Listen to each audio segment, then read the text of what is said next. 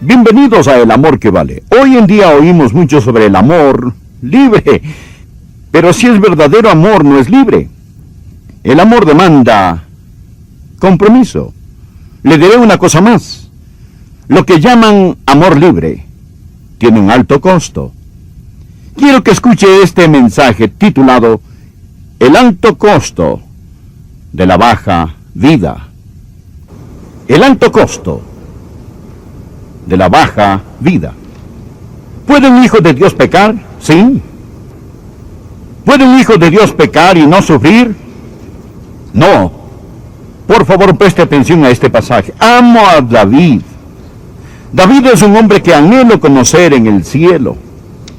La Biblia llama a David un varón conforme al corazón de Dios.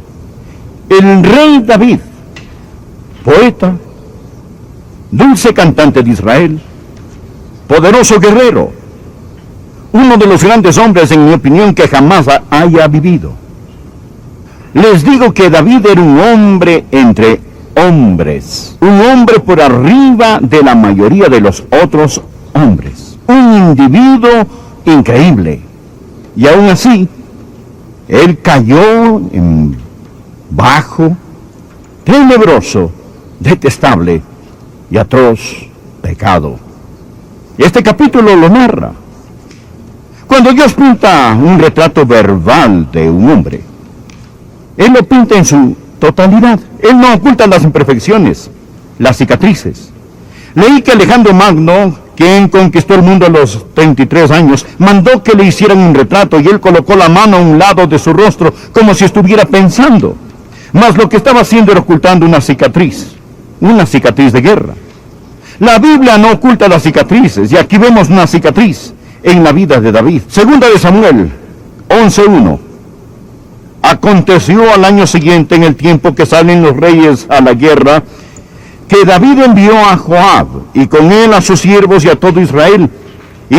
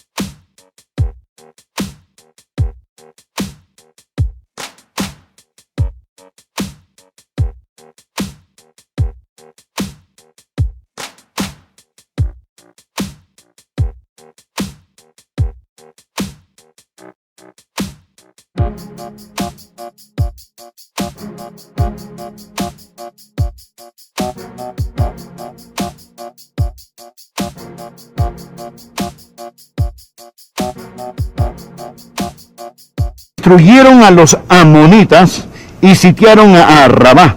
Pero en mi Biblia yo tengo subrayado pero David se quedó en Jerusalén. Y sucedió un día, al caer la tarde, que se levantó David de su lecho y se paseaba sobre el terrado de la casa real. Y vio desde el terrado a una mujer que se estaba bañando, la cual era muy hermosa. Envió David a preguntar por aquella mujer, y le dijeron: aquella es Betsabé, hija de Eliam, mujer de Urías Eteo. Y envió David mensajeros, y la tomó, y vino a él, y él durmió con ella. Luego ella se purificó de su inmundicia y se volvió a su casa. Y concibió la mujer, y envió a hacerlo saber a David, diciendo: estoy encinta. Existen 3 puntos que deseo que usted vea conmigo al estudiar este pasaje. Jóvenes en el balcón, por favor presten atención, porque esto es algo que van a tener que enfrentar los de entre ustedes que claman el nombre de Jesús. Primero, veremos lo que voy a llamar la trágica causa del pecado de David. ¿Cómo un hombre como él pudo caer en pecado? Un buen hombre. Permítame decirle cuál fue su pecado. Primero, su pecado fue de ociosidad. El pecado de ociosidad. Mire los versículos 1 y 2. La Biblia dice aquí que Era el tiempo que salen los reyes a la guerra. Pero David estaba en Jerusalén. La Biblia dice que la cosecha había terminado y que la batalla había comenzado. Hay dos campos en los que todos necesitamos permanecer. Uno es el campo de cosecha y el otro es la batalla. Si es un hombre de Dios, una mujer de Dios, un niño de Dios, Dios nunca ha planeado que usted esté fuera del campo de cosecha o el de la batalla. Si no estamos en el campo de cosecha, debemos estar en el de la batalla. Si no estamos en uno, debemos estar en otro. Aquí está el problema. David no estaba haciendo algo malo en particular, excepto que falló en hacer lo correcto. El pecado de David aquí es el pecado de omisión, es el pecado de ociosidad. Hemos oído el decir que la ociosidad, que un corazón y una mente ociosa son el taller del diablo. El pecado de omisión. La Biblia dice, al que sabe hacer lo bueno y no lo hace, le es pecado. Voy a decirles algo, amigos. Todo pecado, al final y al cabo, es un pecado de omisión. Todo pecado, porque si usted hace lo que debe hacer, no puede hacer lo que no debe hacer, ¿no es cierto? David debió haber estado con sus compatriotas en la guerra. Él debió haber estado en la batalla del rey, peleando la guerra del rey, pero no lo hizo. ¿Qué estaba haciendo? Él estaba en la cama. ¿A qué hora estaba acostado? Escuche, estaba acostado en la tarde. La Biblia dice que al caer la tarde, se levantó David de su lecho. Él estaba en la cama, perezoso, y al levantarse salió a caminar en el terrado. Existe un tiempo para el descanso legítimo. Pero se supone que no debe pasarse todo el día en la cama. La Biblia dice en Proverbios 24, versículos 33 y 34, un poco de sueño cabeceando, otro poco poniendo mano sobre mano, otro poco para dormir. Así vendrá como caminante tu necesidad y tu pobreza como hombre armado. ¿Dónde pecó? Número 1, fue un pecado de ociosidad. Número 2, fue un pecado de negligencia. David era un rey guerrero, pero ahora se había quitado su armadura. ¿Mas qué nos dice la Biblia que debemos hacer? En 2 Timoteo capítulo 2 versículo 3 dice, sufre penalidades como buen soldado de Jesucristo. ¿Por qué se quitó David su armadura? Se estaba llevando a cabo una batalla, pero David había tenido tantas victorias, que estaba tomándolas por un hecho. Él simplemente presumía que Dios lo iba a seguir bendiciendo. Le diré que más fue. No solo fue pecado de ociosidad, no solo fue pecado de negligencia, sino que fue un pecado de impulsividad. Él no había planeado pecar ese día. No tenía idea que haría tal cosa cuando despertó. No lo había maquinado, no lo había planeado. La Biblia simplemente dice que David se levantó, salió a pasearse en el terrado y al mirar, ahí estaba ella. Ahí estaba ella. La Biblia dice que la vio. Y ese fuego de lujuria comenzó a arder en él. Esto fue su impulsividad que causó que pecara. Él no tenía idea que iba a hacer tal cosa ese día. ¿Me está escuchando? Permítame decir qué es el pecado. ¿Me escucha? Adolescentes, presten atención. El pecado es una combinación de tres cosas muchas veces. Es una debilidad sin detectar, una oportunidad inesperada y una vida desprotegida. Es una debilidad sin detectar, una oportunidad inesperada y una vida desprotegida. Esta es la razón por la que debe proteger su corazón, proteger su vida. Usted no sabe lo que está latente en su propia carne. Usted dirá, bueno, soy salvo desde hace mucho tiempo, mi carne ha mejorado. Su carne no ha mejorado ni una pizca. Lo que es la carne es carne.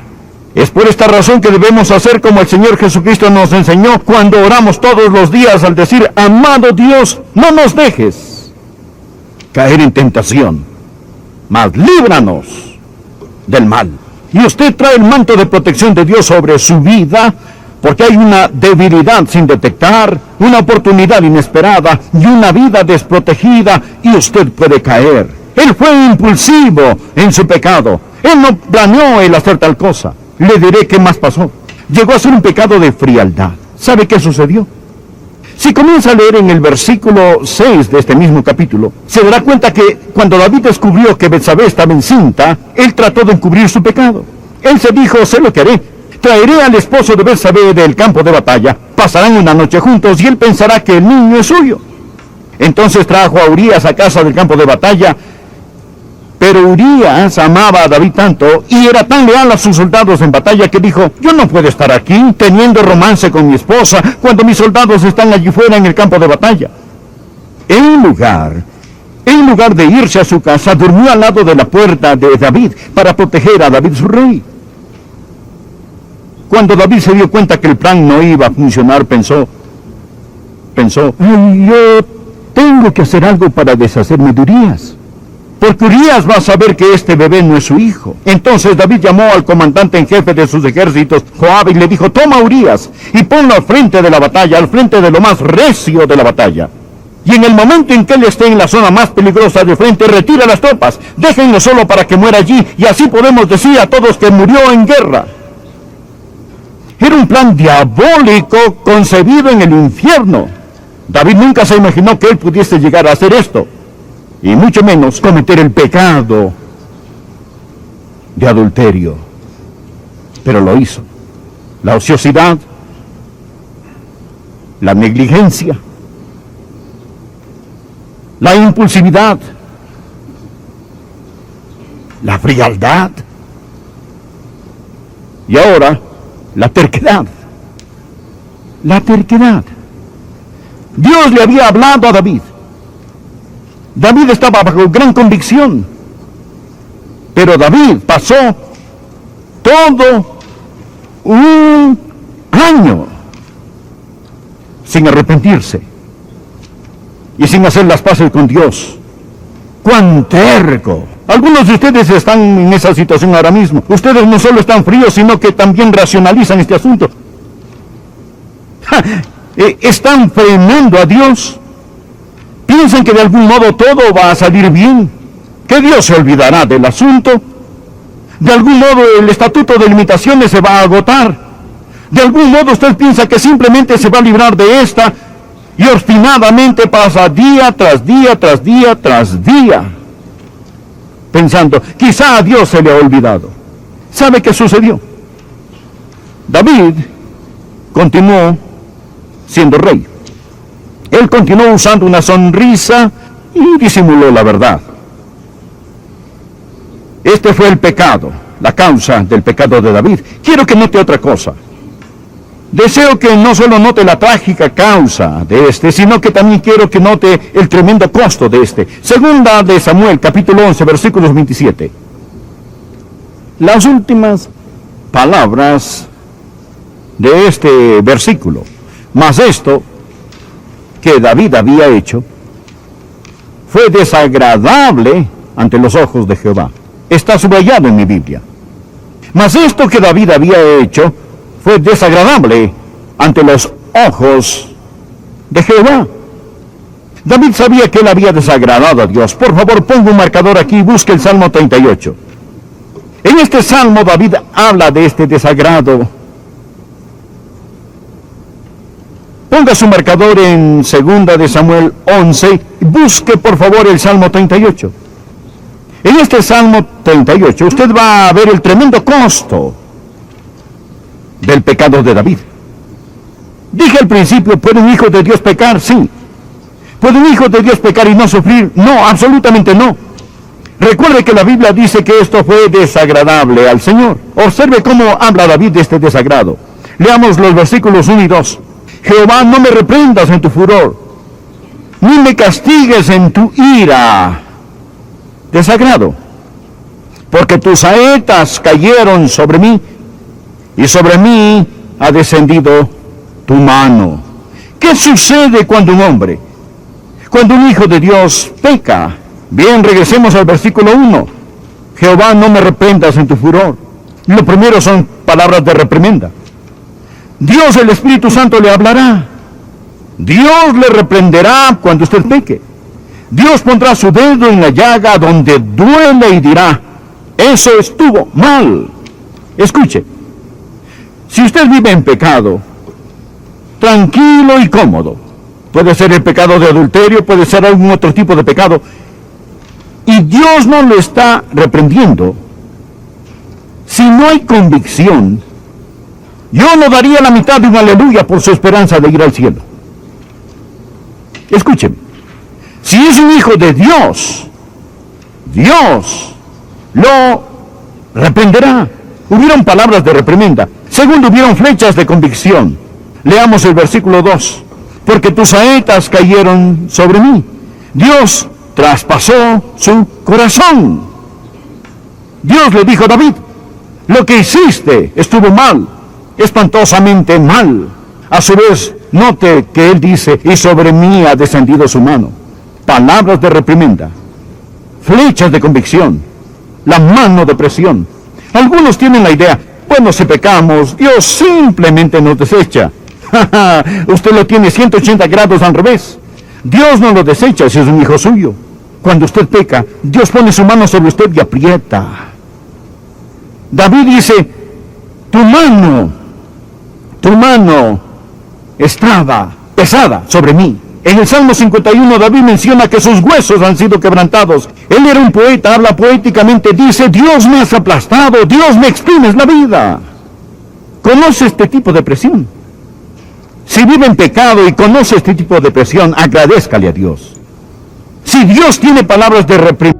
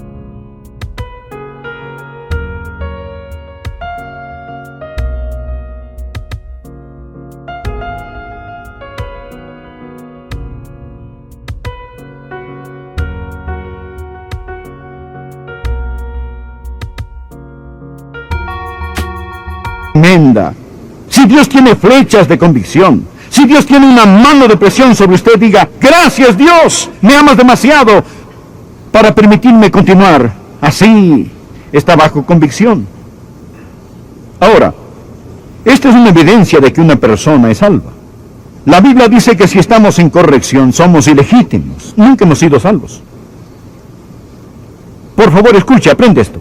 Ahora, el hombre más miserable en el mundo no es un hombre no salvo. El hombre más miserable en el mundo es un hijo de Dios sin compañerismo con Dios. ¿No es cierto? Mucho más miserable que un hombre no salvo. Otros hombres en el reino pudieron haber hecho lo mismo y nunca sentir lo que David sintió. Cuando Dios lo salva, Dios no le arregla para que nunca más pueda pecar, sino que lo transforma para que usted al pecar no pueda disfrutarlo más. Bien, quiero que usted por favor vea conmigo, estimado amigo, el término crítico del pecado de David. ¿Cree usted que Dios iba a permitir que esto continuara indefinidamente? Oh, no. Regresemos a 2 Samuel capítulo 11. Usted se dará cuenta de que Dios envió a alguien para que le hablara a David de su pecado. Hay una confrontación. Lea por favor en el capítulo 12, el versículo 9. La Biblia narra cuando el profeta Natán llegó a confrontar a David y Natán le pregunta, ¿por qué pues tuviste en poco la palabra de Jehová, haciendo lo malo delante de sus ojos?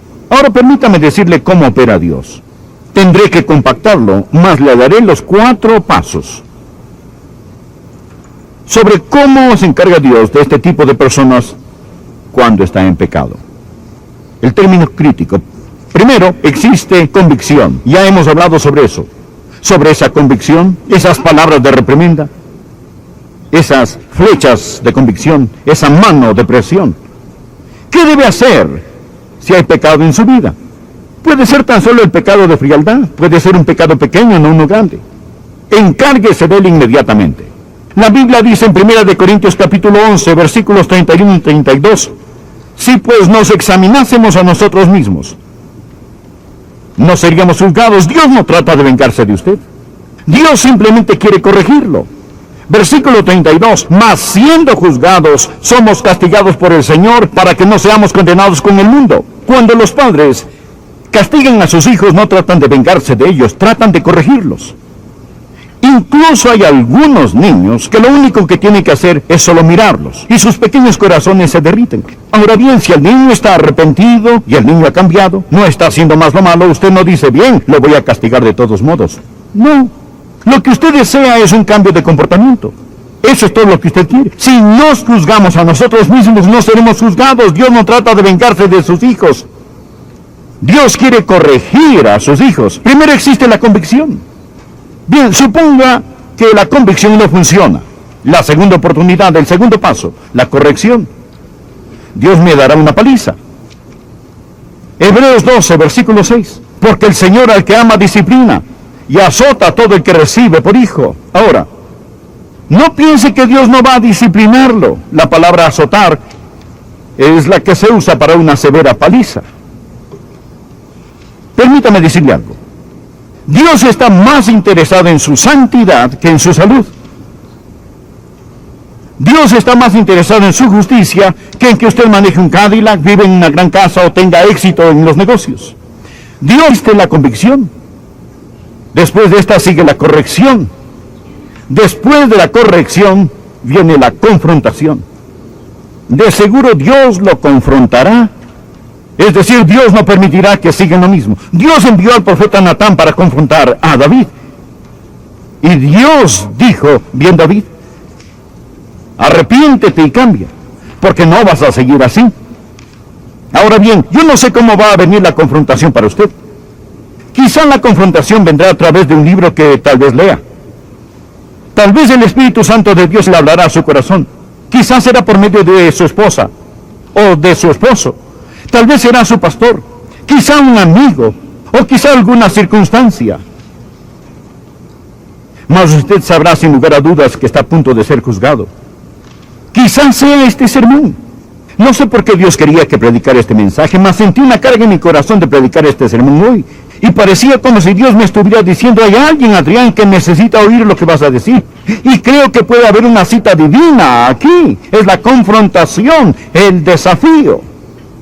Bien, suponga que el desafío no es aceptado. Suponga que cuando Dios dice, muy bien, he tratado la convicción, he tratado la corrección, ahora lanzo un desafío, viene una confrontación, estoy trazando una línea en la arena. Suponga que usted no presta atención. Entonces, el último paso es la consumación. Mire 2 Samuel capítulo 12, versículo 13.